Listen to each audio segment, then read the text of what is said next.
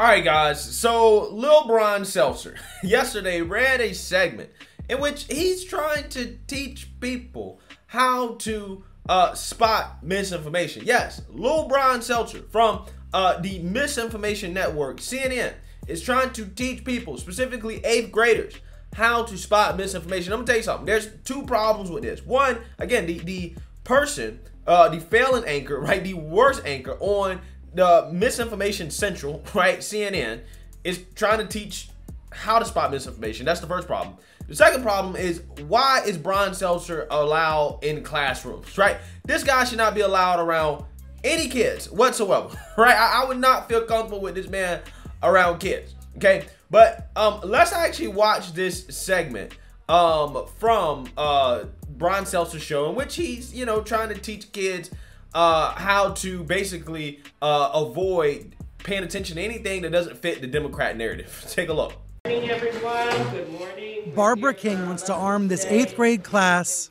All right, so today's topic is misinformation. With the tools they will need in a world of information saturation. We're going to learn to identify the various types of misinformation. And there is a lot to learn. They're called satire, false context, imposter content, believing that it's authentic. As the web becomes even more of a Wild West every day, the students here at PS 207 in Queens, New York, know that they need these lessons. A lot of students have social media, and if they're looking at stuff that is like wrong and just telling everyone that it's right, and they're just giving everyone false information. King began teaching media literacy 7 years ago. Why the initial impulse to teach about this? I feel it's a skill that that my students really need. There's too much misinformation around us in the world. After the class, students told me the lessons hit close to home. Do any of you feel like you try to correct friends or family now based on what you've learned? Mm-hmm. Really? Yeah. They also said their peers would benefit from this class. Do you all feel like every student needs to be learning news literacy? Yeah. All right, so there's multiple things I found hilarious about that, okay? First and foremost, the person that's actually teaching this course, right? She's just some regular teacher, right? She's not some, you know, CEO of some news organization or, you know, some like, you know, trained journalist or whatever. She's just a teacher that is teaching this based off some course that some nonprofit made, right? Not even like an actual real school curriculum, right? I find it to be hilarious. And if this teacher actually really cared about misinformation and pointing students in the right direction in regards to news sources, the last person that she should bring on her show is Bron Seltzer. Okay, the last person she should bring on her show. Okay, the worst news anchor on television, right? The worst. And my problem with this is that what they define as misinformation, right, really is just, hey, we don't want you to believe anything that doesn't go along with the Democrat narrative. Okay, because Democrats and the left, they have their own misinformation. However, they never categorize it as misinformation, right? Like, you know, for example, when they told us that the Hunter Biden story was Russian disinformation. There's no evidence that Hunter Biden has done anything wrong. There is no evidence of any wrongdoing between by Joe Biden, or by Hunter Biden. There's no evidence that Joe Biden actually did anything wrong or did anything to sway things in Hunter Biden's favor. He's denied that his son ever lobbied him for of the House Intelligence Committee, Congressman Adam Schiff. Congressman, thanks so much for joining us. Does it surprise you at all that this information Rudy Giuliani is peddling very well could be connected to some sort of Russian government disinformation campaign? Well, we know that this whole smear on Joe Biden comes from the Kremlin. Right, that in and of itself was misinformation that came from CNN. Okay, the whole Russiagate, you know, Trump working with Putin, colluding thing. Parts of the now infamous dossier on Trump have proven to be true. I know the history of the dossier, but it hasn't been discredited. In fact, it's been the opposite. It's been corroborated. Much of the dossier has been corroborated. This discredited dossier, which was paid for, Your intel community has corroborated all of the details in there. The meeting. Some of the substantive content of the dossier, we were able to corroborate in our intelligence community assessment, which from other sources in which we had a very high confidence level. We know that with the FISA application, the relevant parts of Christopher Steele's dossier were corroborated. Say that if the application included information from the dossier, it would only be after the FBI had, in fact, corroborated information through its own investigation. We also know that as time goes on, more and more parts of the Steele dossier get corroborated. So when the president just refers to it as fake dossier, that is false?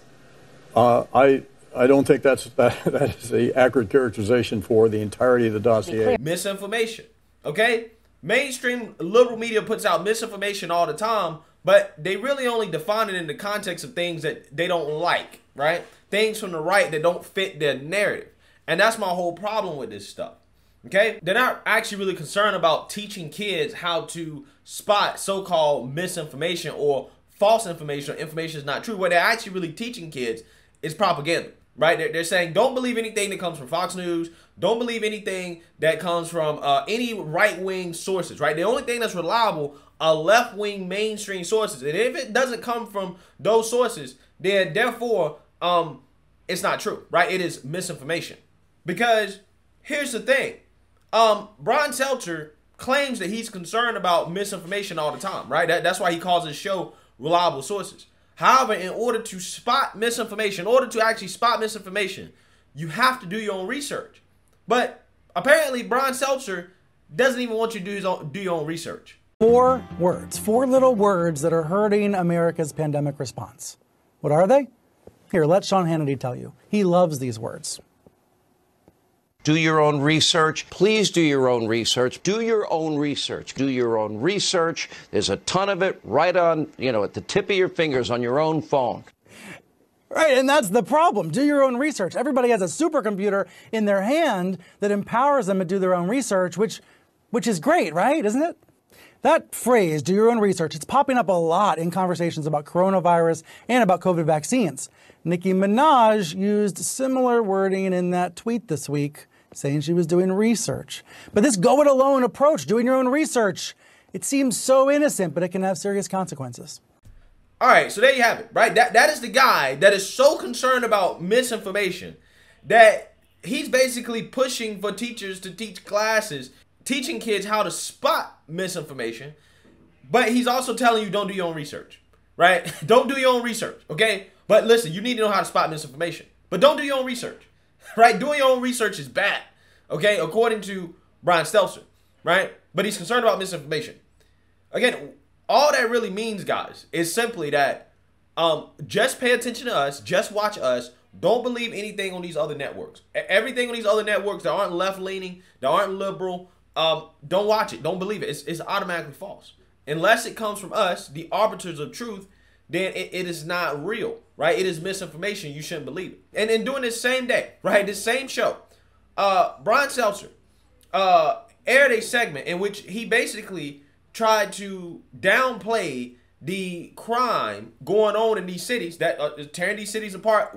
I've done tons of stories about it, right? But according to Brian Stelter and the left-wing liberal elites, Fox News is exaggerating what is going on in our cities. Take a look. If we go to the Foxiverse, let's take a look at the imagined drama that Fox News presents every day. Let's cue the scroll. These are just some examples of the banners on Fox News in the past few days. You get the sense that America's gone to hell, declining quality of life. America as an apocalyptic hellscape. That was one of the actual banners. This is a narrative that's both anti-Biden. It's also anti-Democrats who run urban areas. And it goes on and on every hour. I just wanted to give a sampling. Biden administration's a clown car driving off a cliff. It's a great example of the kind of incendiary rhetoric that you would have never seen from another channel, let's say during the Trump years or now during the Biden years, etc. Oliver, you wrote about this in our newsletter this week. It felt like Fox went up another notch this week when it came to how they described crime. And yes, there is a crime problem, but the way it's described on Fox, you'd be afraid to leave your house. I mean, let's be honest here. If I was living in one of these left-wing liberal cities, I would be afraid to step out of my house because who knows? Okay, while I'm waiting for a train in the subway, some lunatic homeless person might push me out in front of the train and try to kill me. Or while I'm working in a store, a clothing store, some homeless person on the street might come in and try to stab me. Or if I'm in, let's say, I don't know, San Francisco, my car might get jacked in the middle of the street while I'm waiting at a red light, right? Things that we've all seen happening across this country. Brian Stelter's trying to downplay it and say, well, Fox News is exaggerating, right? And let's say even if they are exaggerating, let's say their words are too strong.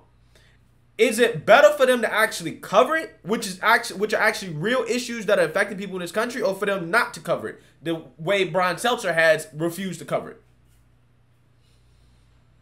I think it's better to exaggerate than to not cover it all, especially when it comes to issues like crime, right? Crime, murder, violence, things that have real, tangible, negative effects on people. I would rather you exaggerate it than not cover it at all, right? That's if you can categorize what Fox News is saying as exaggeration. Because crime is the highest it's been since, what, the 90s? Again, look at any liberal city. Look at their crime statistics. Chicago, New York, LA, San Francisco, all high, right? Everything is up, particularly when it comes to violent crime. But the issue here for Brian Stelter is, well, Fox News is exaggerated, okay? And, you know, because he tells people not to do their own research, you know, those kids that, you know, he's complaining about, you know, getting misinformation are going to be misinformed about what's actually happening in our American cities, right? They're going to think, well, it's not that bad, right? I don't need to have my head on a swivel while I'm out in the streets walking in LA or New York or Chicago. I don't need to be on the lookout because people like Brian Stelter told me that Fox News was exaggerating, right? Again, this guy is a clown, okay? And there's a reason why his show is literally one of the worst on TV. It's because the guy is simply a hack. He's a Democrat hack, okay? He has no talent. I don't understand why CNN still employs the guy. They got to be losing money off his show, right? They got to be losing money off his show. I don't understand. I don't understand.